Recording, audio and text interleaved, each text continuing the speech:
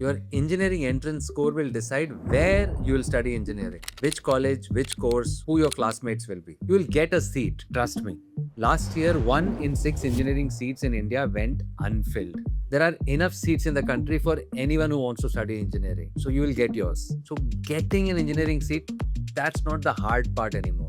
The hard part, the question you should be asking yourself is this: do you actually deserve to be an engineer, or are you just standing in this long queue simply because everybody else is? A man who dropped out of school in 3rd standard, also known as the Edison of India, has the answer. Hi, I'm Deepak from Kalviam, and in the next 7 minutes, let's find out the answer.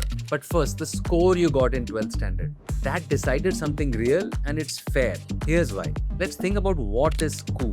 You sit in a classroom, you learn theory, you write an exam, you pass, you move on to the next class. Now think about engineering college. Not what they say in the brochure, but the day-to-day real experience. In most colleges in India, it's the same thing. Theory, exams, a degree in the end. Same game, just one level higher. So, if school prepared you well for more school, then 12th marks is a fair way to decide how you study engineering. And that's all your rank decided. Because studying engineering and being an engineer, those two are very different things. So after 4 years of engineering college, you get a graduate cap, a piece of paper, a convocation photo, and something to write under your name. But that doesn't make you an engineer. An engineer is someone who builds solutions, bridges, vehicles. The app you open to watch this video, an engineer built every one of them. But here's the uncomfortable part. Making a graduate is easy, but making an engineer, that's hard. And the scary reality is that most colleges in India aren't even trying to make the second one. Remember that 3rd standard dropout that I mentioned about at the start?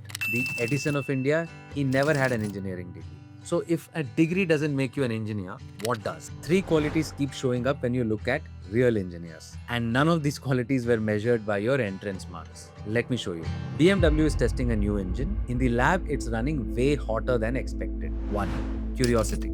Is it the combustion chamber? Is it the cooling system? The materials being used? Nobody knows. So the engineers don't suddenly start fixing things immediately. First, they find the source of the problem. They investigate, they test, they figure out exactly where that extra heat is coming from.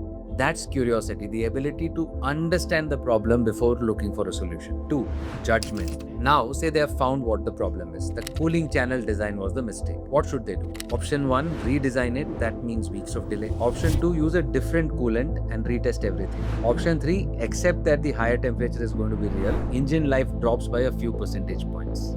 3 options, none of them perfect, but somebody has to choose, make a decision. In school, the answer is at the back of the book. In real engineering, it isn't. You compare pros and cons and then you decide. And that's judgment. 3. Adaptability. They pick the redesign, new version goes into testing, and it fails. Worse than the original. Plans fail, predictions turn out to be wrong. A good engineer does not panic, they study where it went wrong. Then they try again, maybe twice, maybe 10 times. That's adaptability. Curiosity, judgment, adaptability. No coaching class ever teaches these 3, no syllabus covers them. But every engineer who has ever built something has had all 3, including a man from my own hometown who never wrote a single engineering exam in his entire life, yet he's one of the greatest engineers that the country has ever produced. G.D. Naidu, born in 1893 in a village called Kalangal near Coimbatore. He dropped out of school after 3rd standard. That's it. No 10th board, no 12th board, no engineering entrance, no engineering exam, nothing. But when he was 16, he saw a British officer ride past on a motorcycle, a 1912 Rudge. He couldn't stop thinking about it. So he left his village, walked to Coimbatore, worked as a waiter in a hotel for almost 3 years, saved every rupee he could, and bought that motorcycle.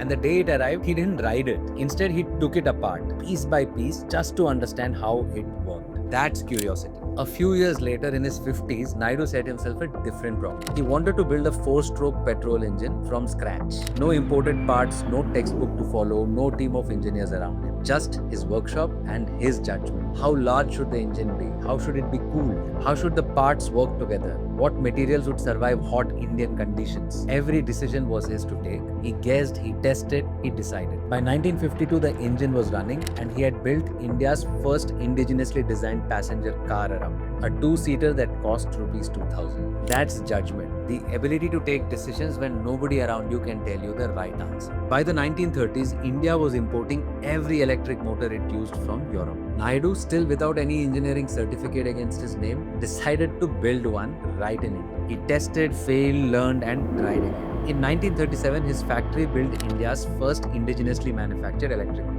That's adaptability. Over 100 inventions. Sir C.V. Raman visited his workshop. Sir M. Vishveshwaraya visited his workshop. The press called him the Edison of India. Yet he never wrote a single engineering exam in his entire life. And yet every engineer knows his name. Now a quick word to every parent who is watching this with their child. I am not asking you to skip college. Naidu lived in a different India. A degree matters today. Your seat matters today. All I am saying is that the qualities come first and the certificate comes after, not the other way around. So come back to the rank you've been staring at. What did it actually measure? It measured how you handled exams at school, nothing more. It did not measure your curiosity, your judgment, and your adaptability. There's a tradition at many old engineering colleges in India. Senior students tell freshers the same thing on day one. Leave your entrance rank outside the gate. Because your rank only told you where you stood in that queue, not the type of engineer you will become. Now here's what nobody is telling you right now. That result you got, it wasn't a verdict on whether you deserve to be an engineer. It was a cue for where you will study engineering. That's it. And here's the absurd part. They made you stand in that queue based on abilities that have nothing to do with engineering. Memorizing formulas, writing neat answers, solving problems where the answer is already at the back of the textbook. It's like judging a fish by its ability to climb a tree and then telling the fish whether it deserves to swim. From day one of college, every student is back on the same starting line. The IIT topper, the student in a tier 3 college that nobody outside the city has heard of, and you. And the real test of becoming a good engineer does not come with a question. One last thing about G.D. Naidu. Most people remember him for his inventions. The motor, the cars, the Edison comparison. But here's what most people miss. Naidu spent the last 30 years of his life teaching engineering. In 1945 in Coimbatore, he founded India's first technical polytechnic. He later donated it to the government. It's still running today, the Government Polytechnic in Coimbatore. He started training schools for automobile mechanics, radio technicians, draftsmen, and more. But the interesting thing is, every course was hands-on. You learn by really doing things and building things.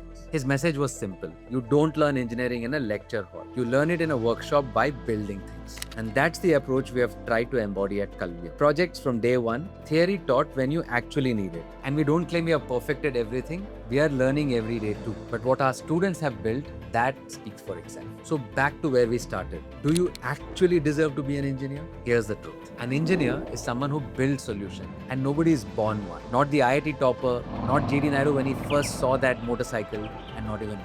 It's earned through curiosity, through judgment, through adaptability, and through hard work every single day. And that's how you make yourself worthy of being an engineer, starting today.